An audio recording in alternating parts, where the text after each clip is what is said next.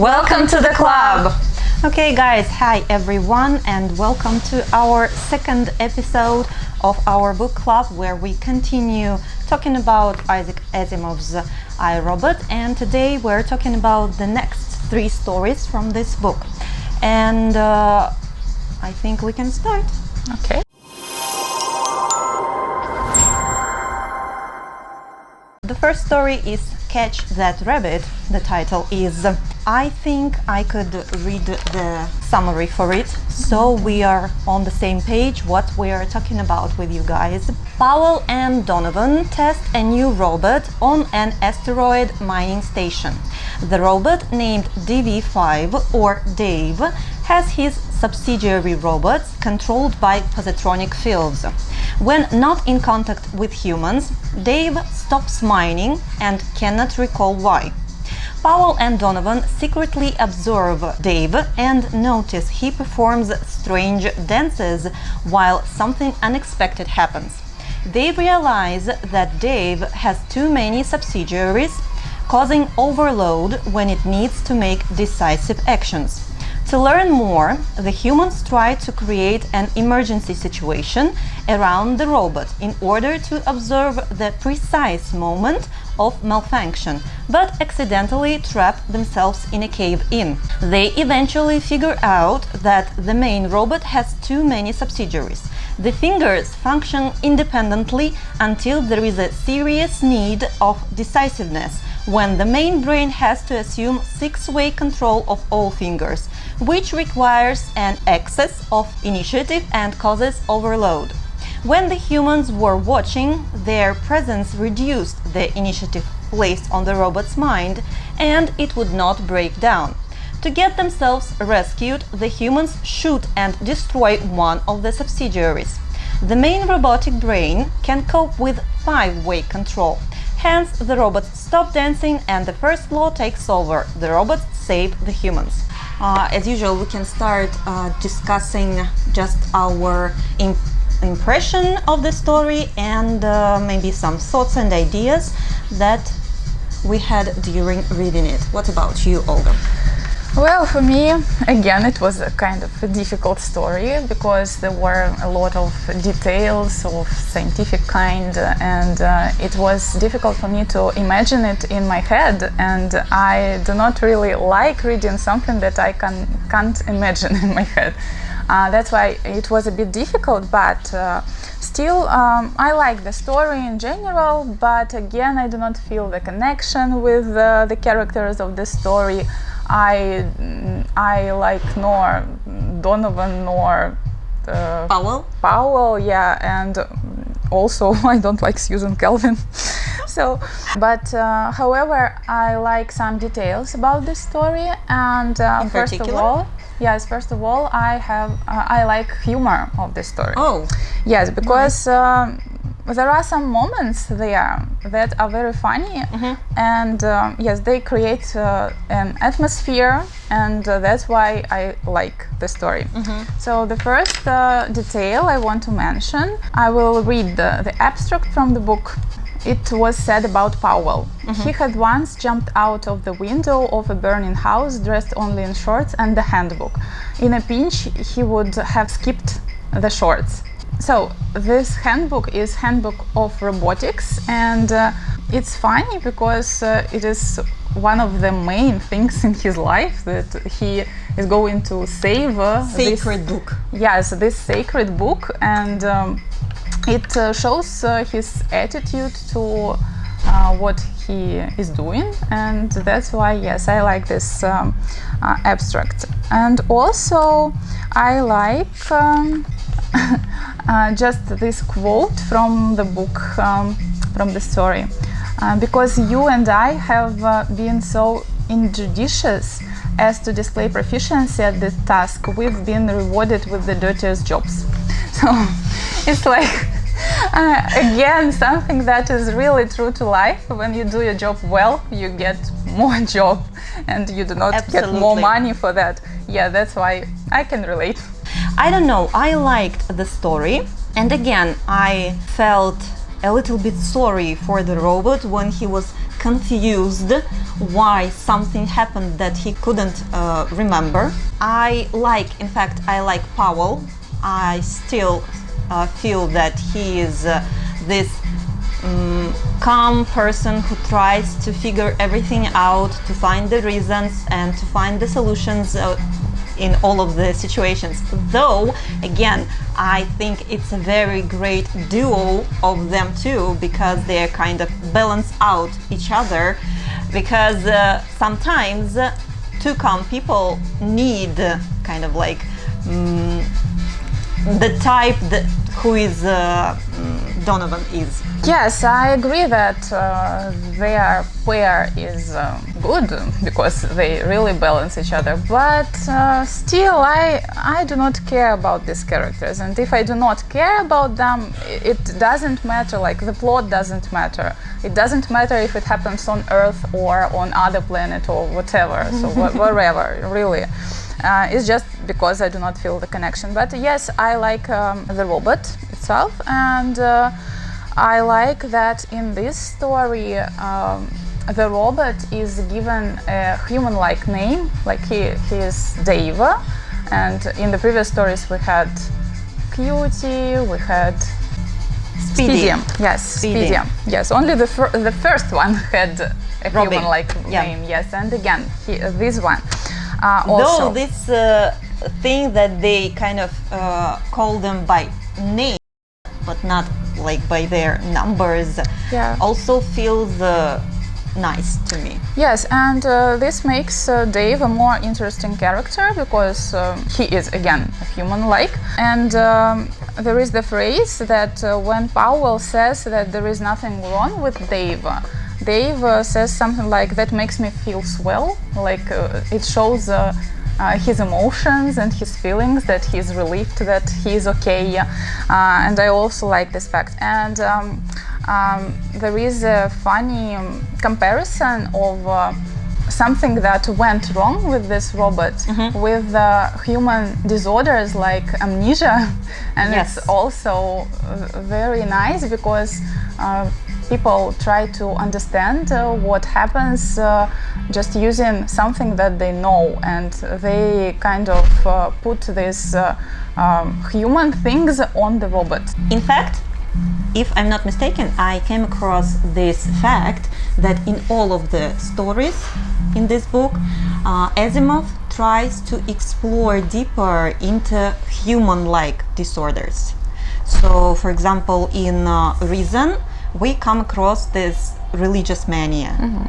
And in Catch That Rabbit, yes, it's kind of like amnesia is being explored.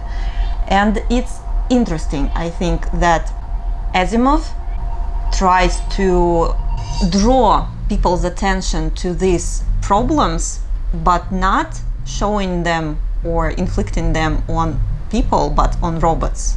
That robots are made more human, so to say. And what I also wanted to discuss, I'm going to read the abstract, and after that we're going to discuss it, I think. What I want to know, said Donovan in Suddenly Savagery, is why we're always tangled up with new type of robots. I finally decided that the robots that were good enough for my great uncle or on my mother's side and good enough for me. I'm for what's tried and true. The test of time is what counts. Good, solid, old-fashioned robots that never go wrong. What do you think about this thing, this concept that usually people stick to what they like, what they know initially, and kind of like don't like something new? Well, I think that it's really true to life, because a lot of people, they are quite skeptical, they do not like innovations in their lives. They also marked this phrase in the book, but I didn't write it down. But yeah, I think Donovan is right. He presents the majority of humanity. Okay, and in fact, do you remember that even you yourself told me that usually when you come to new places, for example, like cafes and restaurants, you usually order the same food. Yes. Like the same, like Caesar salad or carbonara pasta or something like that. In fact, I can agree with you because usually I also, when I come to a new place, I kind of like try to order food I like and find out if they have like good or better or worse.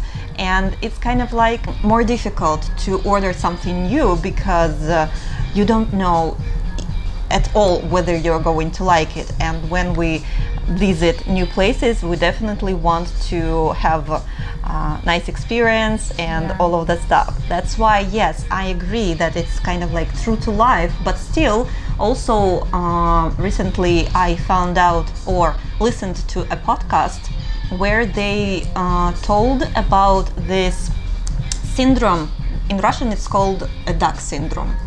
In English, in fact, I haven't found what it's called, but the idea is that, like little ducks, when they are born, the first thing they see, they think that it's their mother. It's called imprinting. And they follow this, I don't know, if it's a mom duck, they are going to follow her. If it's a person or a human they see, they are going to follow the human. And the idea is the following, that sometimes or very often when people stick to what they know and don't want to try new things, this is the syndrome, and it kind of like doesn't let people try new things and have new experiences. And that's why whenever you're trying to stick to the old paths, it doesn't let you develop, so to say. But I think that, so you mentioned the food, that I don't really like trying new food. Yes, it's true, but I can say that I'm not so obsessed with this rule, like sticking to something that I know in other spheres of my life, because I like trying new sports and some new activities because it sounds interesting, and why not? I do not mind if something goes wrong and I don't like it. So it's okay, it's just the experience. But if it is food, I just don't know why it's working like that for me. I do not like experiments with food. Yes. Okay, I see. It's totally, of course, it's totally fine. Yeah, so I think that for different people it can be the same. Like so, sometimes they are ready to try something new, but in some other spheres they are not so sure about that. Maybe you're right. Okay, do you want to discuss anything else about the story, or shall we move to the vocabulary? I think we can start with vocabulary. Okay, will you? Okay, so I have the phrase hold out on somebody. Listen, Dave and that imbecile finger are both holding out on us. So hold out on somebody means to refuse to give help or information to someone. In a pinch, he would have skipped the shorts. So the situation with Donovan and Handbook of Robotics. So it means in a bad situation when help is needed. Okay, the next phrase I have is to go out of whack. Well, figure it out yourself. You are the brains, you say. Ask yourself some questions. When does DV5 go out of whack? To go out of whack means to stop working correctly or looking right. I want to mention this simple phrase, single file, which means a way of working with one person behind another. And so the column of robots was trailing Dave single file. So they were going one right behind the other. So the next one is to blow up in someone's face. You know, Mike, he said, we've really messed this up. We are no near finding out what's wrong with Dave. It was a good idea, but it blew up in our face. So to blow up in someone's face means to go wrong in a way that harms or damages the person who did the action. To dredge up. It's kind of like not a phrase, but a phrasal verb, I think. But still, the meaning is to start talking or thinking again about something unpleasant that happened a long time ago. And the abstract is: Susan Calvin talked about Powell and Donovan with unsmiling amusement, but warmth came into her voice when she mentioned robots. It didn't take her long to go through the Speedies, the Cuties, and the Daves, and I stopped her. Otherwise, she would have dredged up half a dozen more. I have one more phrase. It is to do an about face. He fought this way upward, but Donovan kicked wildly. They did an about face, Greg. They are leaving. Dave. So it means to say or do something that shows a complete change of opinion or behavior. So anything else to add about this story, or we're going to move to the next one? Well, I have some other phrases, but I'm not going to mention them because they are quite obvious. So, shall we move to the second story?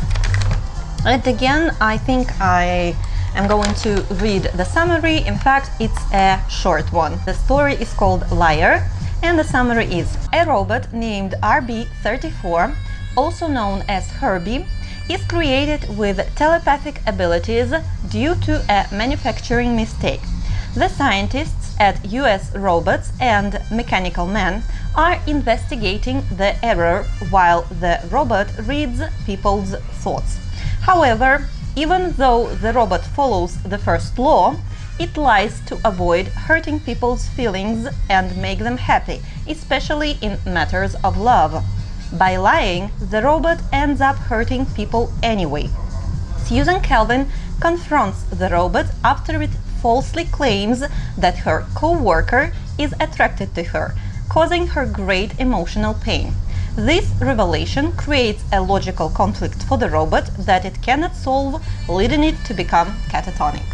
Well, actually, this is my favorite story out of 3. I really liked it, and I have a lot of reasons. So, like when I read, I put some small exclamatory marks that mean like new vocabulary, new phrases, and I also put hearts, and I put a lot of hearts here, like about 7 or 8, because I like the humor and irony in this story, and I do not know why, but this story gave me some kind of vibe of Shakespeare's comedies. Really? Yes, I don't know how to explain it, and I do not mean anything in particular, like no particular play, but still the absurdity of these situations, this like small and maybe not so meaningful situations for like the general plot, but for people, of course, they are meaningful. And this absurdity and all these small situations, and finally they intersect each other, and the characters need to face the music and find the way out of this strange situation. I just like it because, yeah, and I feel like it's something similar with Shakespeare's comedies, or maybe any other comic plays. So let's generalize it. And I also, of course, I love some opinion of Herbie.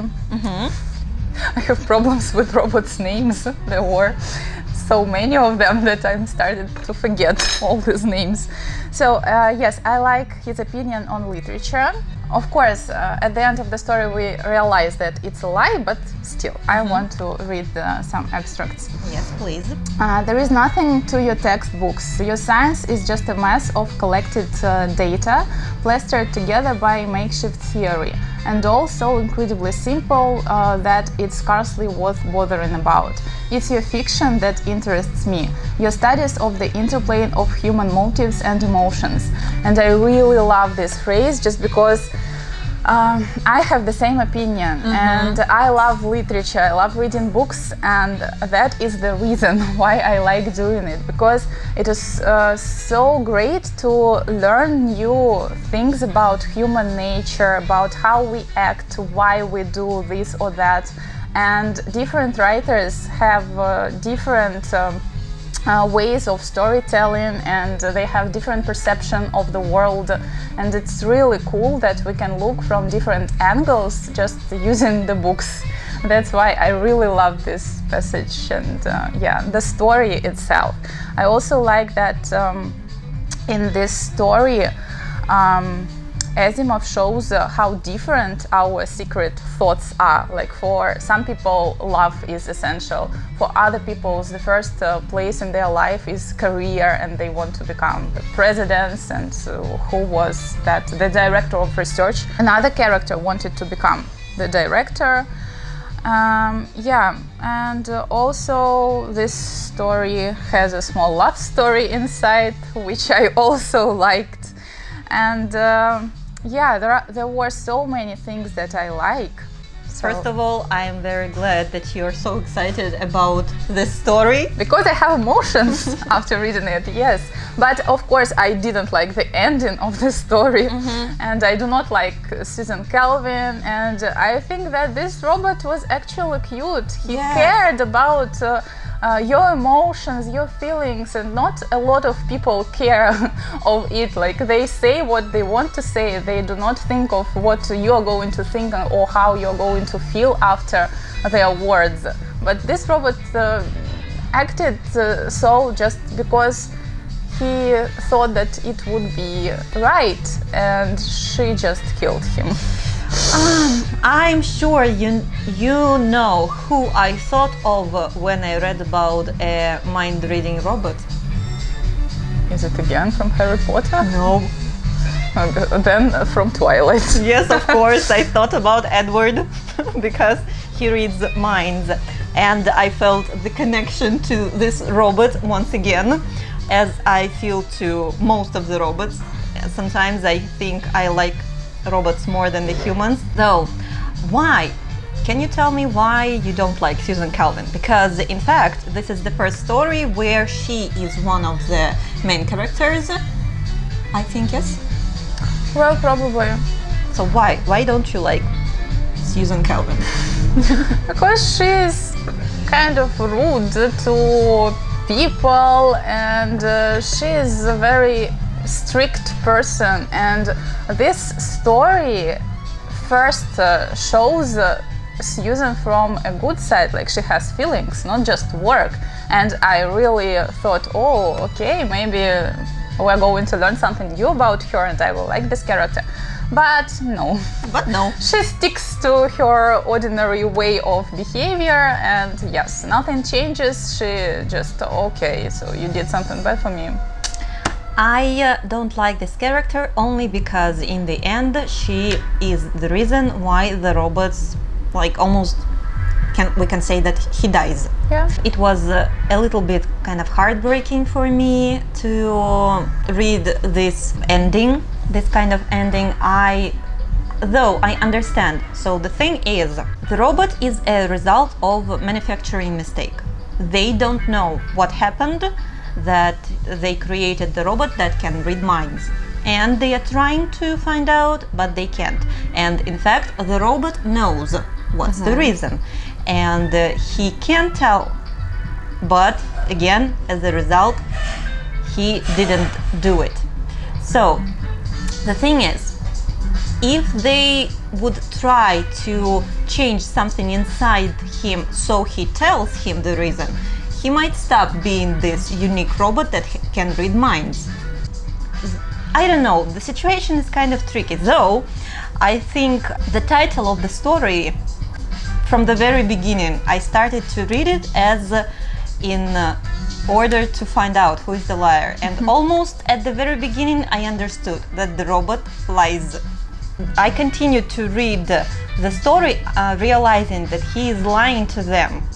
And it was obvious, and it was upsetting that the ending was like that Susan Calvin gave out or let go of her emotions and wasn't professional, so to say, and it was very upsetting for me. And I can say that on the whole I don't like Susan Calvin. I think she is a good professional, which we're going to discuss in the third story, and I think she's a good specialist. I also don't like that Asimov shows a woman in this kind of way, that she lets her feelings overpower her and stop being professional at some point and let such a unique robot die. But at least he shows her a professional, not like a Donovan who just not like Donovan who just says nothing. Really, he does nothing. Just say bad words about robots. I think Powell and Donovan are such people who agreed to do the job that not many people would want to do. That's why maybe they keep him, Donovan, I mean. Yes, probably. Maybe. So, anything else to discuss about the story, or we are going to talk about the vocabulary? Well, again, some funny facts that, Yes, please. Getting back to literature, so when other characters discussed Herbie, some funny moments of this story, other characters mentioned that Susan Calvin gives him some books to read, and he read novels like Purple Passion and Love in Space. I find this fact hilarious, like robot reads such novels. It is very nice to learn. Also, I like that Herbie is so sensitive and so sympathetic to people. He doesn't only think about not hurting other people's feelings, but also he can be scared in some situations, like when his lie is brought to light. Susan wants to ask him something and she asks him to come closer, and he approaches her with hesitant steps. So that is very nice. That's a nice description of a robot. Yeah, and I also like the idea that was implied in the story of Lenin and Boget, right? You mentioned it, but the fact that the ego of the person might be punctured by having a machine do something that they want to do, because they want to know the secret of Herbie, but they can't allow him to tell them this secret, because it wouldn't mean that they made this discovery. I also like this line of the story.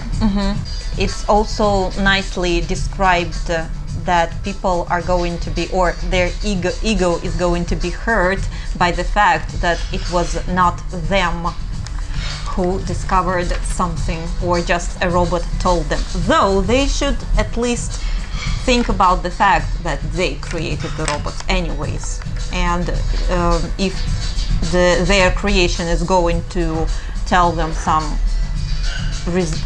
solution or why something is happening, I think it's okay, at least for me. Okay, so maybe we can start discussing vocabulary. Yes. So I have the same phrase, give someone the willies, and I think we had a similar phrase, or maybe the same phrase in the previous stories. Maybe. I also felt some kind of... Yes, but it seems to me that we didn't discuss it. That's why I decided. Yes, I decided to write it out. And the story, I locked that thing up and ran for Lenin. Having it walking beside me, calmly peering into my thoughts and picking and choosing among them, gave me the willies. So it is said about Herbie, the mind-reading robot, and to give someone the willies means to make someone feel nervous or frightened. Yes. In fact, I have an abstract with two phrases. The first one is to put one's finger on something, which means to know or understand something and be able to say exactly what it is. And the second is to be a sight, which means to look very funny or stupid, or very untidy or unpleasant. So the abstract is: hell, I know that. Rouge, powder and eyeshadow too, she's a sight. But it's not that. I can't put my finger on it. So they were discussing what happened with Susan Calvin, why she changed how she looks. And in fact, I'm kind of like not very happy about, again, how they talked about her. Poor lady. Anyways. The next phrase I have, it's a tall order. Actually, nothing special about this phrase, but I just decided to write it out because I didn't know it. You are to eliminate all operations in which there was no possible chance of an error and list all those where there were, together with its nature and possible magnitude. Tall order, granted Ash. So tall order means an unreasonable or difficult demand. So something difficult task. Next one is going to be honey of a something. Something that is very special or remarkable, especially in comparison to other similar things. And the abstract is, you get the idea? I'm not too good at getting this down, but that's about how it looks. It's a honey of a house, and I can get it for next to nothing. I also have this phrase, and I have only one more phrase. It's scarcely worth bothering about. So it's kind of self-explanatory, and if you know all the words, you can think of the meaning of this phrase. But it just sounds fancy. That's why I decided to note it out. And I also I have read this exact abstract with this phrase when I was reading Herbie's attitude to literature. Yeah. So I will do it one more time. There is nothing to your textbooks. Your science is just a mass of collected data plastered together by makeshift theory, and also incredibly simple that it's scarcely worth bothering about. Yeah. This phrase, it's scarcely worth bothering about, means that it's not that important to think of it, to consider it, or to worry about it. Okay. And the last one for me is going to be up in the air. If you say that a decision or a situation is up in the air, you mean that it has not yet been completely settled or planned. And the abstract is, of course, Ash continued briskly, putting away his pencil.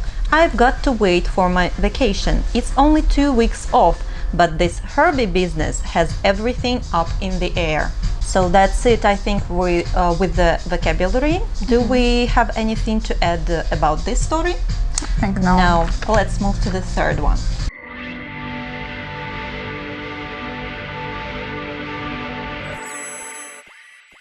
Let's discuss the third story. And the third story is Little Lost Robot. And I'm going to read the summary of the story. Yes, please. In 2029, Kelvin and Bogart arrive at the government's hyperbase research station in space. They meet Major General Kalner, who asks them to find a missing NS-2 robot among 62 identical ones. These robots lack the second part of the first law, allowing them to potentially harm humans. Kelvin suggests destroying all 63 robots, fearing they might learn to harm humans. But Bogart and Kellner prefer finding the missing robot. During the interviews and tests, they can't differentiate robots, and then Kelvin creates 3 tests. The first test: all robots must save a person about to be crushed by a weight, but all act the same. The second test is the same as the first one, but there are fake electrified cables between the robots and the person, and the modified robot isn't supposed to save a person. However, all robots stay seated. And the third test is the same as the second one, but now they use dangerous gamma rays, but not electrified cables. Kelvin pretends to be in danger, and only one robot acts, and this is Nestor 10, the little lost robot. Nestor 10 tries to attack Kelvin because she found him, but he can't due to the first law, and they kill Nestor 10 with gamma radiation. Then Kelvin explains to Kellner that Nestor 10's knowledge of etheric physics led to his discovery, as he thought people couldn't distinguish gamma from infrared rays. Kellner agrees to destroy all special Nestors. In fact, when I saw the title of the story, I don't know, it felt that we're going to read and find out some cute story. Yes, the Little same. Lost Robots. It sounds so nice. Yes, I thought absolutely the same about Catching the Rabbit, because Catch That Rabbit sounded for me like something about rabbits and robots and something like that, but in fact they use this phrase. Catch That Rabbit just to say that they need to find out the reason of strange robots' behavior. And the same here, like it sounded so cute, and I also thought that this story would be emotional and nice and something like Robbie. Yes, that the little robot is scared because he's lost and people try to save him and try to find him, but no. Also, I don't know why, but the name of the robot in this story also sounds kind of like harsh for me, so to say, Nestor. I don't like the name, sorry, but for example, Herbie is a cute name, and Robbie is also a cute name, but Nestor, it's, I don't know, a person with the name Nestor seems to be very strict and harsh and I don't know, something like that. But I think that in this story, Nestor is a controversial character. We can't say that this is a good robot that wants to save people, but yeah, there are some thoughts, like he thinks that he is superior to all human beings. That's why probably the name is not so cute. Maybe also it was chosen specifically to show the character. Well, for me it was really difficult to read the story, but the vocabulary and phrases and everything about the language was okay. There were not so many phrases and words that I didn't know, but in fact just the whole story, some details and some sequences of actions here, it was just really difficult for me to keep them in mind and to follow the story, follow the plot, because these specifications about all the tests that they took and that they created for the robots, it was kind of tricky for me and very tough. I agree, completely agree, that I felt exactly the same, that concerning the vocabulary and the phrases, everything kind of was fine for me, but the description of the tests they created, I sometimes reread several times and still couldn't kind of catch the grasp or the idea what was going on and what they wanted them to do and why they wanted them to do that. And also I was a little bit surprised. So we continue seeing Susan Calvin as one of the main characters in the story, in comparison, for example, with Powell and Donovan. And this time we see her facing the situation where she offers to destroy very many robots, though many people say that she loves robots more than humans. That's why it was kind of like controversial for me, why she doesn't really want to find the one in the first place who is like lost, but she offers to destroy them like at the very beginning of the story. But I think that she was just scared because all this robot lacked the second part of the first law, and it may lead to some consequences that no one wants to have. Like if they can harm people through inaction, so they can't harm people on purpose, but still they can harm people through inaction. Like if they do not act and something is going with the person, so they might choose not to save this person. And that's why she was scared, and she thought that it would lead to robot rebellion maybe in the future. That's why she asked to destroy them. I see what you are talking about, and I agree. And though additionally, of course, we know the information that the thing that they decided to take away the second part of the first law made the robot more unstable than the rest of them. And though I should also mention, or want to mention, that in this case robots started to feel that they need to take care of themselves in the first place, so to say. It's like people. I mean, whenever we face the situation when we need to help someone or save someone, in the first place we're going to think, even like subconsciously, about our own safety, then helping other people. Of course, there are some people in our life or in every person's life that we are ready to sacrifice ourselves for, but for most of the people, especially the people we don't know, we are not going to sacrifice ourselves and we're going to put our safety first.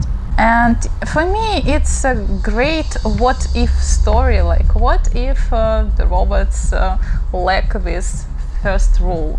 And yeah, it's really interesting and gripping to see what can happen, and like kind of speculation about the future, about the robots, about the possibility of some kind of rebellion. So yeah, so again, so from kind of scientific point of view, it's a great story, but maybe not that emotional for me again. I wrote out one abstract that I would like to read and discuss. So it's kind of short. Yes, Bogart seemed amused. She's qualified, all right. She understands robots like a sister, comes from hating human beings so much.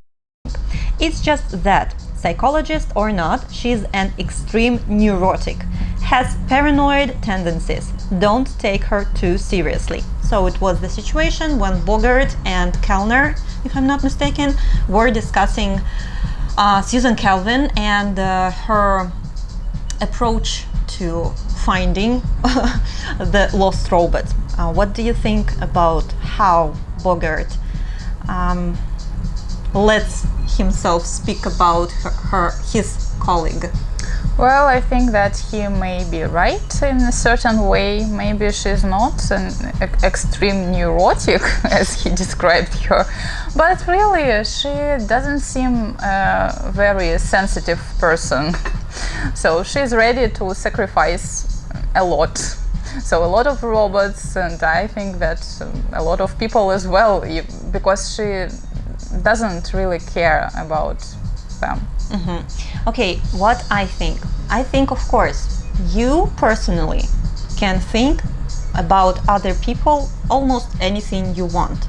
But to discuss people, especially your co-workers, behind their backs, saying such harsh phrases about them, I think it's inappropriate.